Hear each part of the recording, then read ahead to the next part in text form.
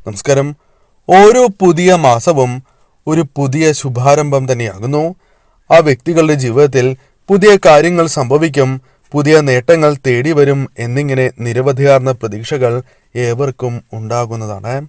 അത്തരത്തിൽ പുതിയൊരു മാസാരംഭം തന്നെയാണ് ഇന്നേ ദിവസം മുതൽ നിങ്ങളുടെ ജീവിതത്തിൽ എന്തെല്ലാം കാര്യങ്ങൾ സംഭവിക്കും, എന്തെല്ലാം കാര്യങ്ങൾ തേടിയെത്തും, അത് ഈ വീഡിയോയിലൂടെ വിശദമായി തന്നെ മനസ്സിലാക്കാം. അത്തരത്തിലൊരു തൊടുകുറിയാണ് ഇത്. ഈ തൊടുകുറിയിൽ 2 ചിത്രങ്ങളാണ് തന്നിരിക്കുന്നത്. ഈ 2 ചിത്രങ്ങളിൽ ഒരു ചിത്രം തിരഞ്ഞെടുക്കുക എന്ന കാര്യമാണ് നിങ്ങൾ ചെയ്യേണ്ടത്. അതിൽ ആദ്യത്തെ ചിത്രം ഉപ്പനും രണ്ടാമത്തെ ചിത്രം കാക്കയുമാകുന്നു. ഈ 2 ചിത്രങ്ങളിൽ ഒരു ചിത്രം നിങ്ങൾ തിരഞ്ഞെടുക്കുക. നിങ്ങളുടെ ജീവിതത്തിൽ മീനമാസത്തിൽ തേടിയെത്തുന്ന ആ സൗഭാഗ്യങ്ങളെക്കുറിച്ച് വിശദമായി തന്നെ മനസ്സിലാക്കാം.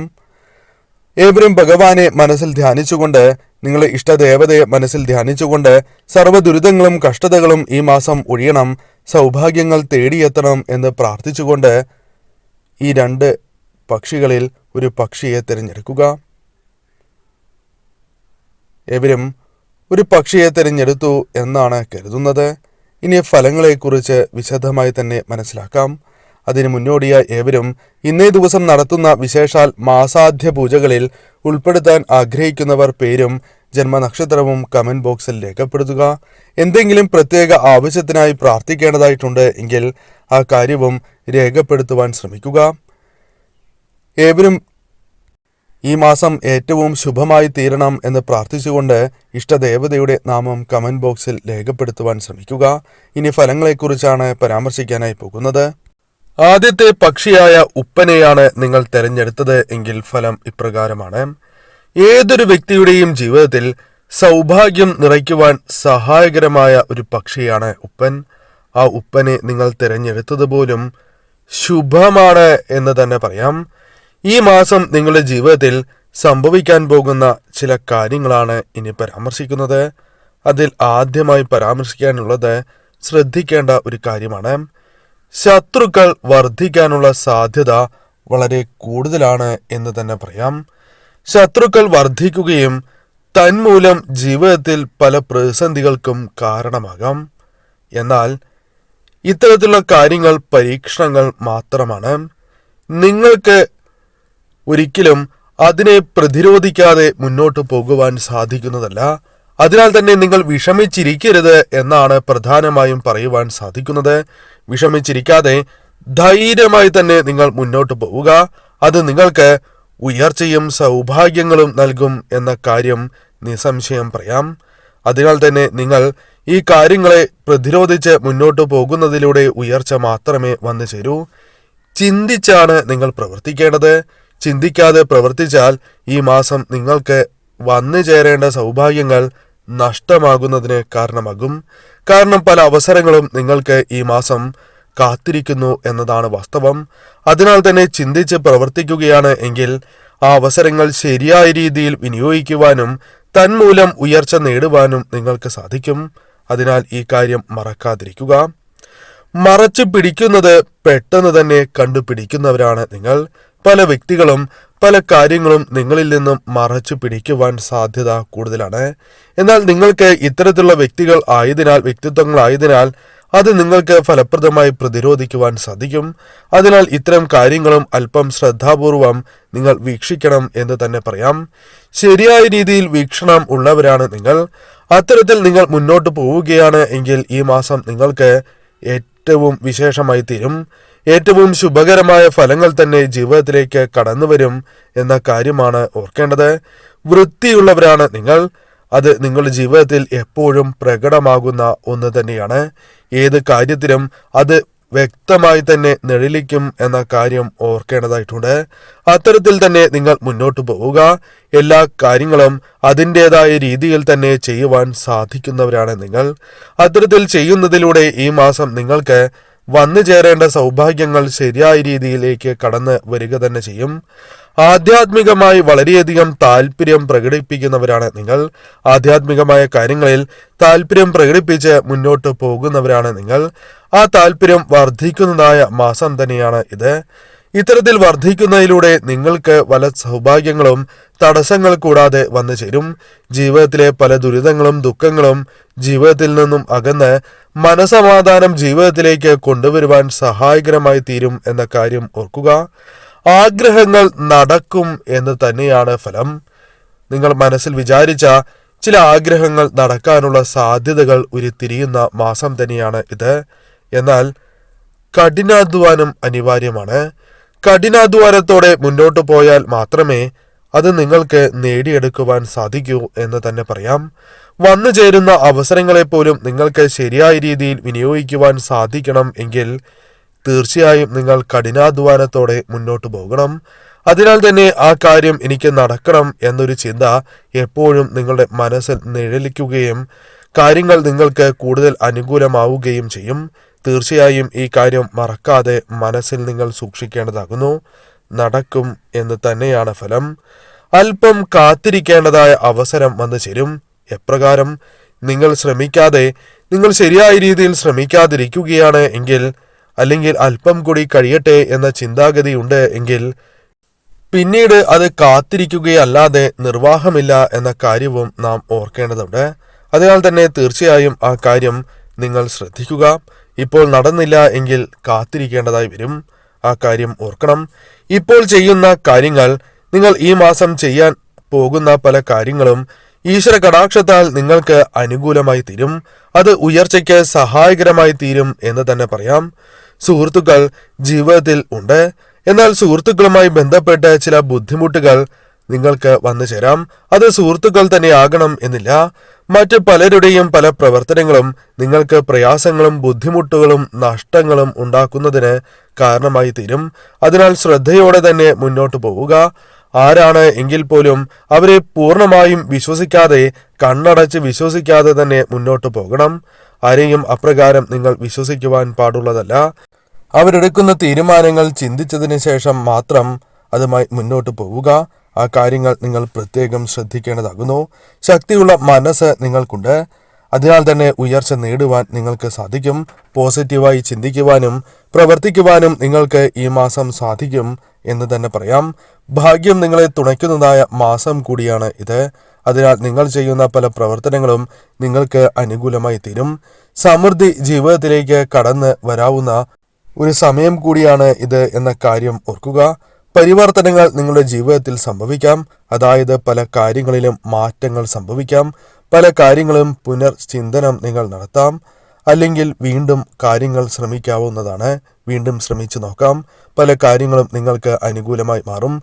പല വിധത്തിലുള്ള ശുഭകരമായ ചിന്തകളും നിങ്ങളുടെ മനസ്സിലേക്ക് കടന്നു വരുന്നതായ സമയം കൂടിയാണ് ഇത്.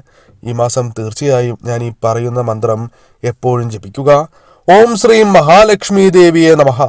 ഓം ശ്രീ മഹാലക്ഷ്മി ദേവിയെ നമഃ. ഓം ശ്രീ മഹാലക്ഷ്മി ദേവിയെ നമഃ 108 തവണ ജപിക്കുക. മഹാലക്ഷ്മി ദേവിയുടെ കടാക്ഷത്താൽ ഈ മാസം നിങ്ങൾക്ക് ധനപരമായ നേട്ടങ്ങളും വന്നു ചേരും. ഇത്രയും കാര്യങ്ങളാണ് പ്രധാനമായും പരാമർശിക്കാനായിട്ടുള്ളത്.